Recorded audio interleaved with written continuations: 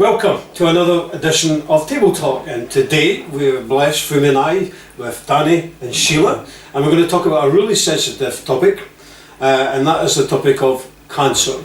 And I'm sure that everybody has been or will be affected by cancer in some shape or form. I know from a personal experience, my mum and dad both passed away because of cancer. They did live a little bit longer because of the treatment, but they ultimately took their lives. And it's devastating for those who are left behind, because you just feel so powerless. You feel like you've got no power to help in any shape or form. So, you got experience with cancer in your family or friends? Yes, my mom, I've known people who have obviously died from cancer or who've had cancer and had treatments, but my mom died from it a long time ago. I was in my 20s, early 20s when my mom died of it, and we were in this country, in England, while she was in Africa. So, she was quite ill, and we just thought she was just ill, and we thought, well, we'll come and visit you. And then it was Christmas, and then it was like, well, it's the Christmas period, there's a coup in the country, come in the new year.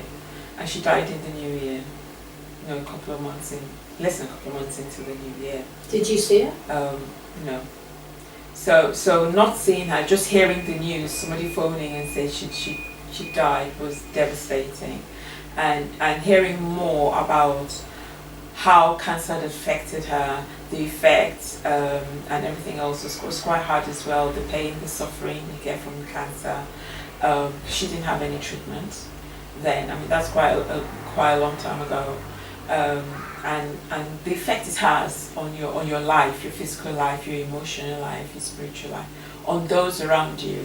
If you get treatment and you recover, that's great. Everything's wonderful.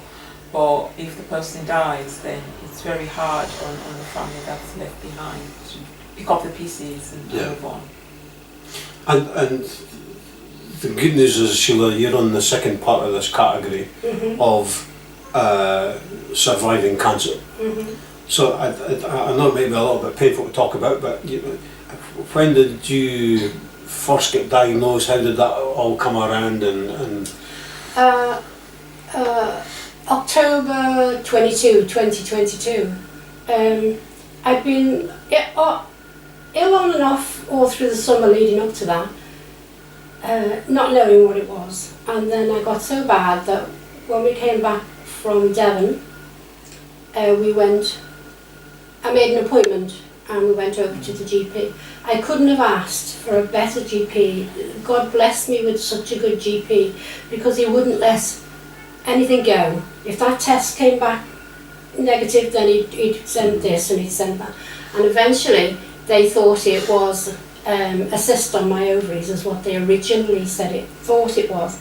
I had 2 scans in one day. I was very fortunate. Well, not fortunate, I was blessed, because God again was there all the time. There was a cancellation where I was there, and they said, can you do that? I said, yeah, I'll do that one. So we had 2 scans, and they came back with a growth on my ovary. But again, they thought it was a cyst. So we had an appointment to go and see one of the gynecologists at Southport at the end of October, and we went along, Danny and I. We were the last appointment of the day, and we went in and we sat down, and so she said, do you know what you've come for? And I said, yeah, we've come to talk about the cyst on my ovaries and presumably an operation. And she just sort of leaned across the table at the 2 of us, and she said, no, you've got ovarian cancer. And I could not believe what you don't hear it. Yeah. You know when people tell you once you hear cancer, it really does just go over your head after that. And we were just both gobsmacked. And of course, if we knew there was anything like that, then the boys would have come with us. We had 2 sons and they would have come with us. And so when we went home, Christopher rang, and you're trying to process it yourself without telling them. And he said, how did you get on when you're having your operation? And I said, I think you better come over. So he came over with Alison. I couldn't get Ian at the time because he was still working. And they came over, and again, it's a hard thing to tell your family. that you've got this and not knowing anything else, because that was just the first step learning. Then Ian found out as well, and we all processed it together. Danny and I just prayed and prayed and prayed. I don't think we prayed so much in our lives, you know. And then we had an appointment with Clatterbridge in Liverpool with one of the surgeons, and he showed us on the screen where it was, what they were going to do. He also examined me as well. The boys were there for that, both boys. And Chris got so upset. When you thought you were dealing with a cyst, and then she says, "No, you're actually dealing with this." I've never been in that scenario, so I can't imagine what that must be like. But the shock. You said you didn't hear it, or you didn't. You hear the words, and then that's it. So and you can see her talking, but you're not listening. So it was almost like going into that state of shock, like you said, that you can say whatever you want. I can't hear anything anyway. Yeah. And how did you feel, Danny, when you heard those words? I'm more or less I couldn't believe it, and I felt the same way. You know, Sheila, you know, said, "Well, we're going to get through this, with God's help." I'm hoping that'll be all right. At that time, you know, I was worried about it, and I was thinking all kinds. You think if I'm going to survive. And I was thinking I was going to lose it. Because I remember you and I chatting that on numerous occasions. But we knew, like you said, we know she was going to heaven for us. I was concerned if she did die. I'm glad for she didn't. You know what I mean?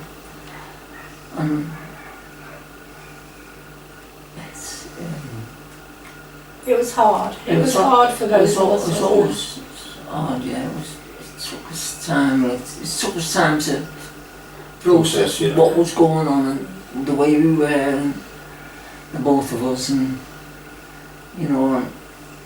And I said, "We're going to get through this." And we have, thank God. Yeah, okay. And God blessed us with. You mentioned your kids. What was their reaction? Well, Chris came round with Alison, and I think he knew something else was going on because I didn't tell him over the phone. And he pretty much withdraws into himself, Christopher, and Ian's exactly the opposite. He just throws himself into it, you know. And Alison was wonderful, you know, wasn't she really? Well, all four of us were sitting there crying, you know. And then I remember Christopher saying, you know, God will get you through this, Mum. You know, he'll get you both through this. I remember him saying that night. And we did, you know, thank God we did. Yep. Was you going to say something? Yeah, I was just going to say, that shows you how bad my memory is.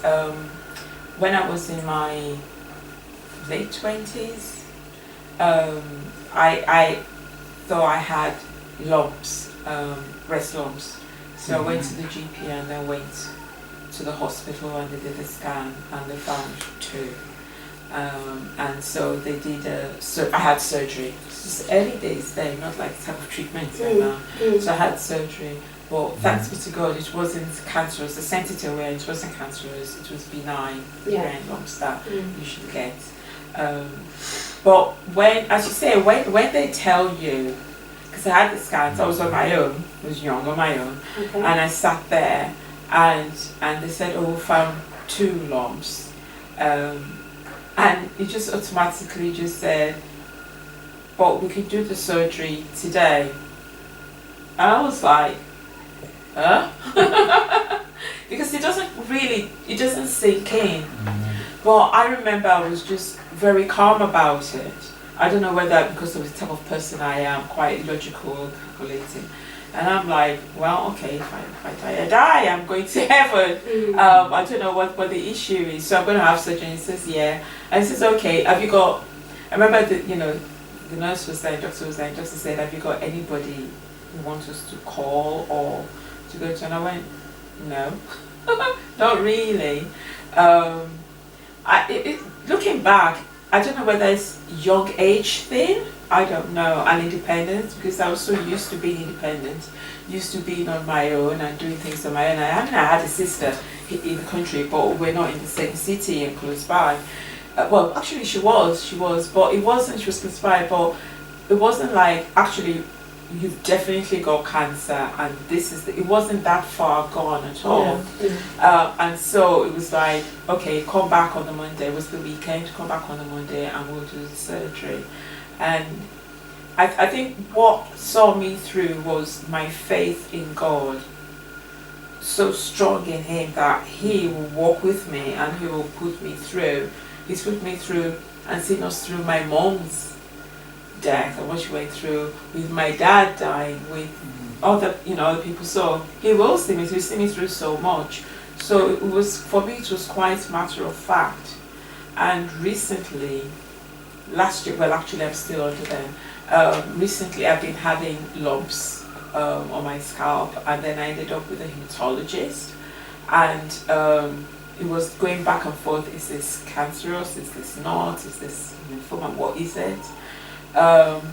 But even going through it all, I was like, I've had that many biopsies and that many, I was quite calm about it. And I think the difference to seeing people through their cancer treatments and the outlook, whatever comes to the end, is our faith in God, and knowing that our life is held in the hands of somebody who is more powerful and more loving and provides in all situations. And even if the end is death here, I still know where I am going. And that saw me through. I mean, in the end, they've now said, they don't think I've got it, but I'm still under them and still getting reviewed. So it's really a case of trusting God and knowing that God rewards those who trust Him. And it really is a case of, like John's letter says, I write these things that you may know you have eternal life, that certainty. But going back to what you said, because obviously things have moved on in terms of technology over the years. I mean, when I was younger, when people talked about cancer or if they had cancer, that was it. It was like a death sentence, and that you had no chance, no hope, type thing like that. But technology has moved on so much now. But one thing I've learned over the years is that there's so many variations of cancer that's phenomenal. It's not just one specific thing that's just phenomenal, isn't it? But I always hope and pray there's going to be some cure somewhere on the line. I mean, I do believe that they've got things to help control at the very beginning, stop it spreading. But hopefully that will go on. But talk about your treatment to us. What was that like? And what kind of treatment was it? Well, when we saw the oncologist, he scheduled me within a month to have the operation. That didn't happen because the day that I was due to, well, the day I had it, Danny and our youngest son Ian came, took me to the hospital and stayed all day, and they took me in to do my pre-op, not pre-op, but the anaesthetist came in and spoke to me. We were halfway through that, and the surgeon came in. And he said, I'm not sure I'm going to do your operation. Well, it was absolutely devastating, because you gave yourself up for it. We all had, And I said, why? He said, because you had an MRI scanner last week, he said, and the result hasn't come back. And I don't want to go in without that result. I couldn't believe it. We were so devastated. Anyway, it didn't happen. He tried to get hold of the MRI suite in Southport. Because it was so early in the morning, there was nobody answering phones. So he came back in and he said, no, I can't do your operation. So I got dressed again, and Danny and Ian were down having breakfast in the restaurant. And I rang them and they came back up again, and then the nurse in charge explained what it was. And we came home and it was, I can't describe the feeling. It's hard to put into words really how we felt. And of course everybody knew I was going in to have my operation on that, and of course I'd asked Jill to be in charge of the phone call, save everybody ringing, you know, so eventually I rang her and she'd tell people and it was gobsmacking.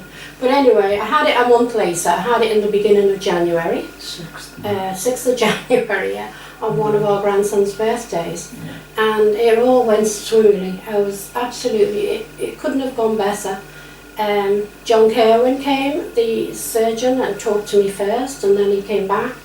After the operation, he said, I've got it all, you are cancer clear. He said, you know, he was so positive, you know.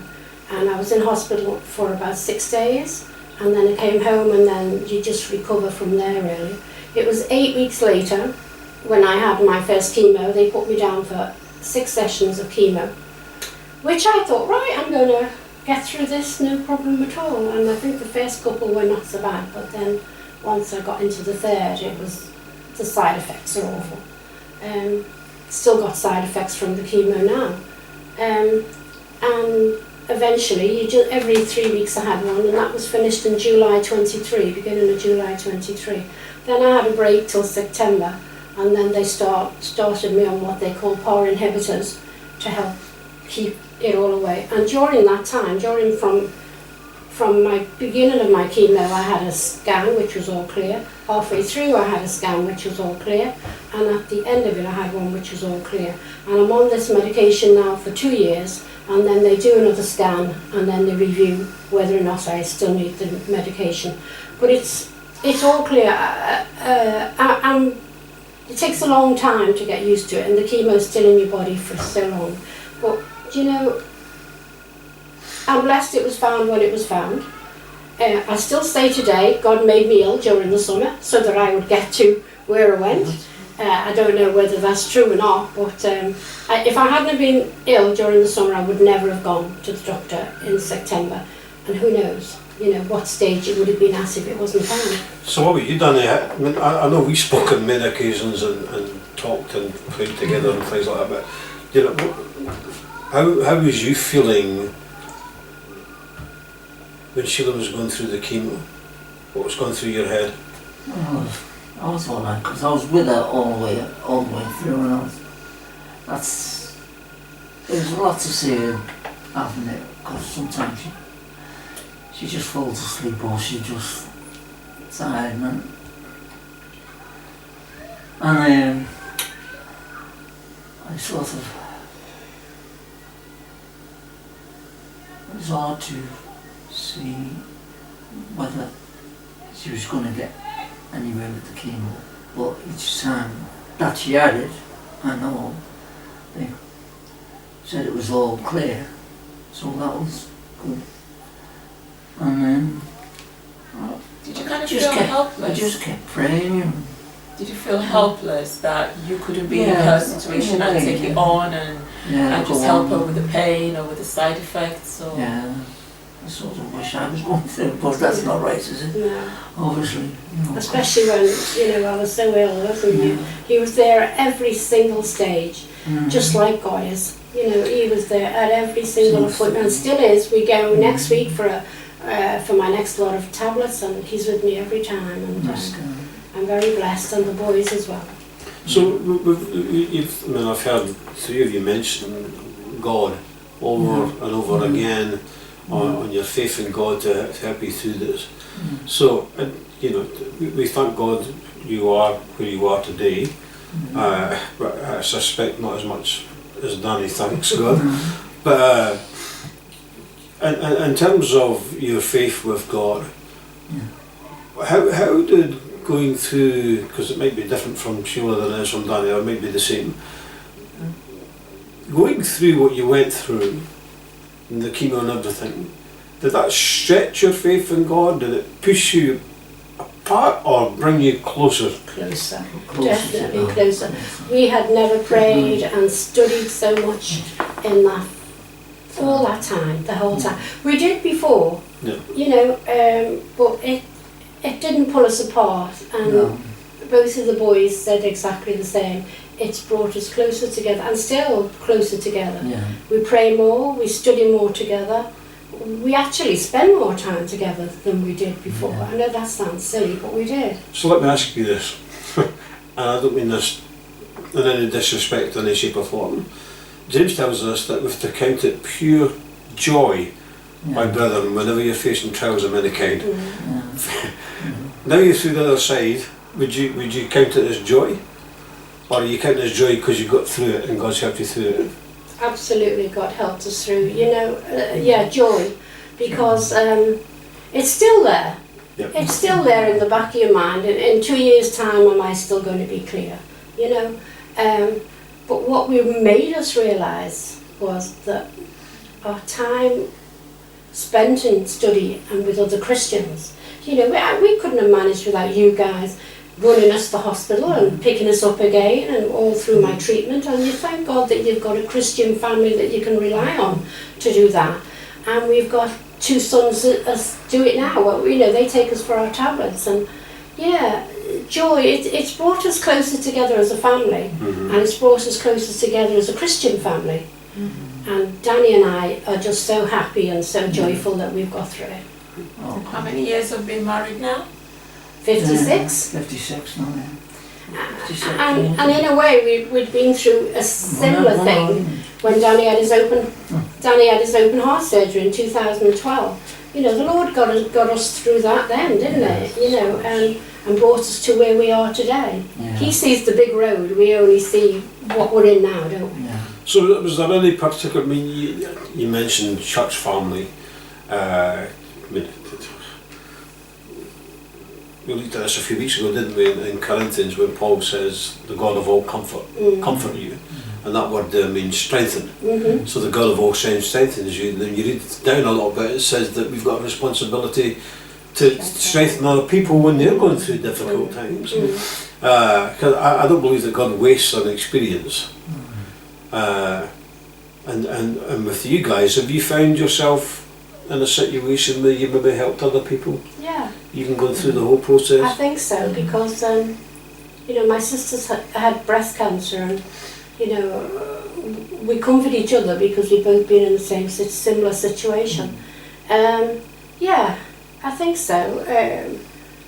Talking to other people, particularly sisters, you know, I think possibly women understand a little bit more than men do about these sort of things, and the comfort that we get from each other.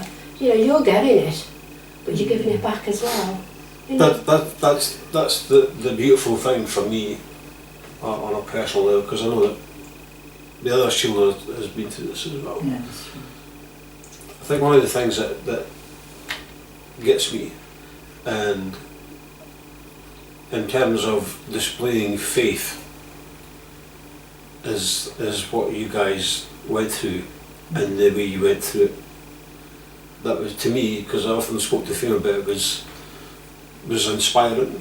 It was absolutely inspiring. It was very, very humbling and very, very encouraging. It was a whole mixture of things.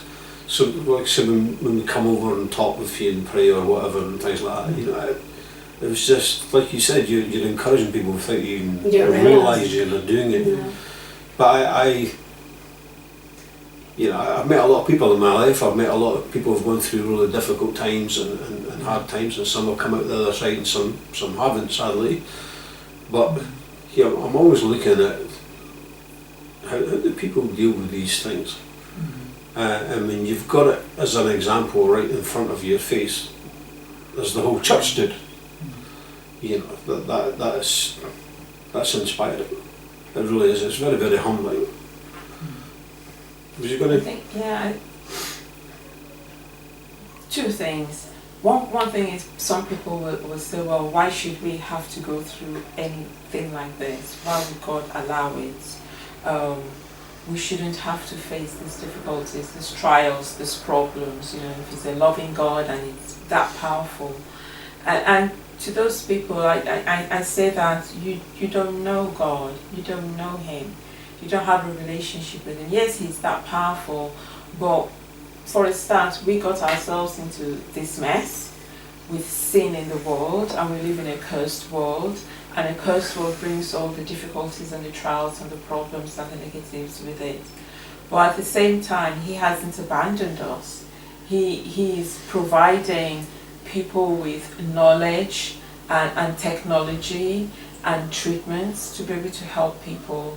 You know, people don't have to go into those fields. They can just go away and do whatever they want, satisfy themselves, but they don't. And he provides people like that into our lives. He provides people into our lives that are patient and kind and helpful to see us through, that will just listen to us while we just want to wrap it up, or just be quiet and pray with us when we want that. He provides all these things to help us through, but the greatest provision of all is his Son. So actually, through Jesus Christ, we can see that God truly is loving, God truly is gracious, and God truly is helpful, because Jesus knows what it is to go through and suffer pain, and so the Father does. And on top of it, the Father knows what it's like to endure so much. And I think what you were saying about James writing that we should count the period, we count the joy not because we are going through pain, but we count the joy because God is walking with us every step of the way. And while He's doing that, He's refining us, ready for home. For when it's time, because none of us are going to live here permanently on this planet. At some point, we're going to go home.